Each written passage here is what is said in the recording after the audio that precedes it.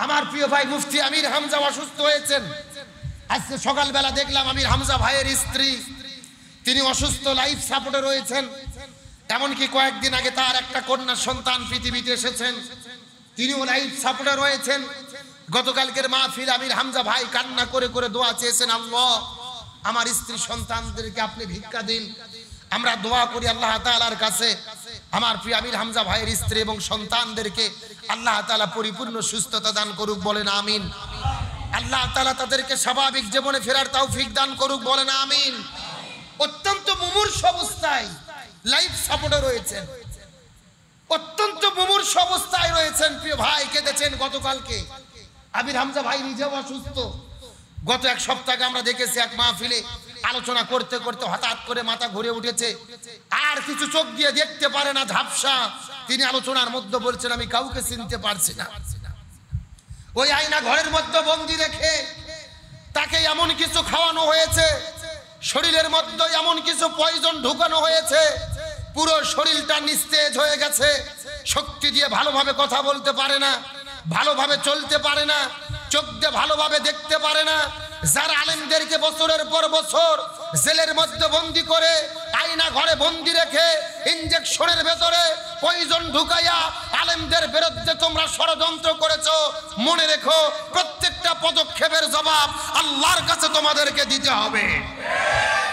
কত অত্যাচার নির্যাতন, আয়না ঘর, দরজা নেই, জানালা নেই, বাতাস নেই, আমরা শুধু কানে শুনি, চোখ দিয়ে দেখতে পারি না। এই ভয়াবহতা কত কত কত কত কষ্টে। এই জন্য আমির হামজা ভাই বলেছেন আমাকে বছরের পর বছর বন্দি রেখেছে, শরীরে কি পয়জন ঢুকাইছে আমরা জানি না, ভালোভাবে কথা বলতে পারে না, শরীরে শক্তি নেই। আগে যেরকম শক্তি নিয়ে কথা বলতো ওইভাবে আর কথা বলতে পারতেছে না। আমরা আল্লাহর কাছে দোয়া করি, আল্লাহ মাজলুমদেরকে আল্লাহ যেন সহায় হয়, সকলে বলেন আমিন। আল্লাহ আমির হামজা ভাইয়ের পরিবারকে হেফাজত করুক, বলেন আমিন।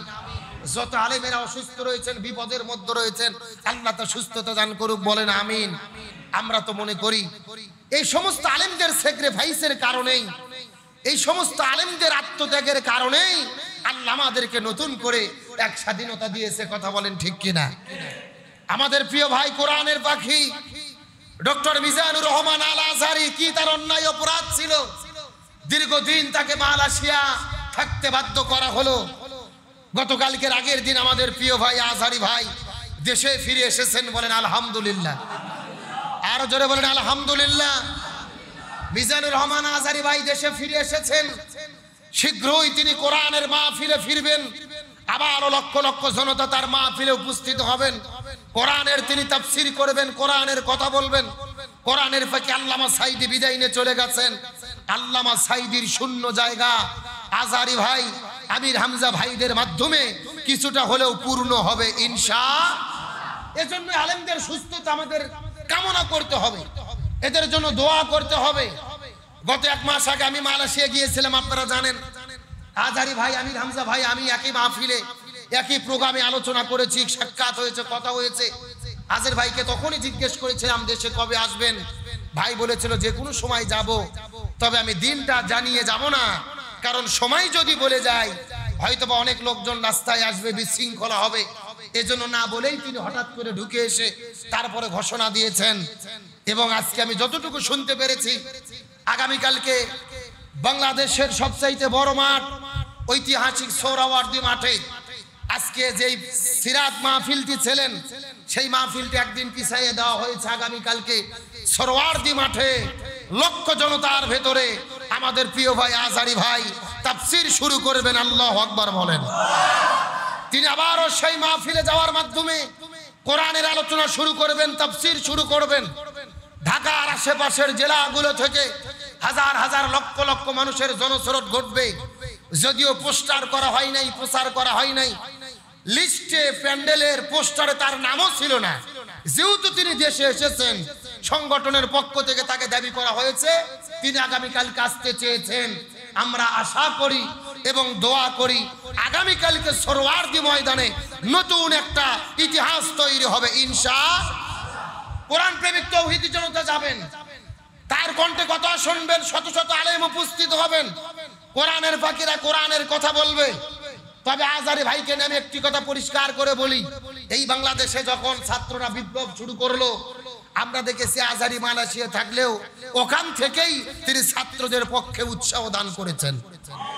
আজারি ভাই সর্বপ্রথম ফেসবুকে পোস্টের মধ্যে লিখেছিল, শুধু কোটা সংস্কার নয়, বাংলাদেশের রাষ্ট্র ব্যবস্থার সংস্কার করতে হবে। ছাত্র জনতা সেটা দেখার পরে উৎসাহ পেয়েছিল, তারপরেই তাদের মেন্টালিটি চেঞ্জ হয়েছিল। তখন তারা চিন্তা করেছিল শুধু কোটা নয়, দেশ সংস্কার করব। সুতরাং তার এই অনুপ্রেরণা পাওয়ার পরে আজারি ভাই যেহেতু দেশে ফিরেছে, আমরা সরকারকে বলবো রাষ্ট্র সংস্কারে ইসলাম পন্থীদের কোরআনের আইন কায়েমে এই দেশে কোরআন সুন্নাহর পক্ষে কাজ করার জন্য প্রয়োজনে বর্তমান সরকারে আজারি ভাইকে নিয়োগ দেওয়া হোক। এটা আমরা চাই কি চাই না? তিনি যদি যোগ্য ব্যক্তি জায়গা পায়, তিনি ভালো কাজ করবেন। আর 2 নম্বর দাবি হলো, সরকারে যদি তাকে জায়গা নাও দেওয়া হয়, আমরা জানি গত 16 বছরের স্বৈরাচার সরকার ইসলামকে কেটে দিয়ে শিক্ষা ব্যবস্থার মধ্যে ঢুকাইয়া দিয়েছিল বান্দরের শিক্ষা। কিসের শিক্ষা? তারা শিখে দিয়েছিল, মানুষ তৈরি হয়েছে বান্দর থেকে, নাস্তিকের শিক্ষা ঢুকে দিয়েছিল। বর্তমান সরকার শিক্ষা সিলেবাস পরিবর্তনের জন্য একটা কমিটি করেছে, যেই কমিটির মধ্যে কোনো আলেম নাই, হুজুর নাই, ইসলামিক স্কলার নাই। আজকের জুমা থেকে আমরা দাবি করি, প্রয়োজনে শিক্ষা সিলেবাস পরিবর্তন কমিটির ভেতরে আজারি ভাইকে জায়গা করে দেওয়া হোক। তার কারণে একজন আলেম যদি ওই কমিটির মধ্যে থাকে, আর ইসলাম বিরোধী কোনো শিক্ষা ঢুকতে পারবে না, থাকতেও পারবে না। 3 নম্বর দাবি হলো, যদি সরকারেও জায়গা না দেন, কমিটিতেও জায়গা না দেন, জাতীয় মসজিদে স্বৈরাচার হাসিনার দোসর ছিল খতিব মুফতি রুহুল আমিন সাহেব। হাসিনা পালিয়ে যাওয়ার পরে তিনিও পালিয়ে গেছে। সুবহানাল্লাহ কোন, জোরে কোন নাউজুবিল্লাহ।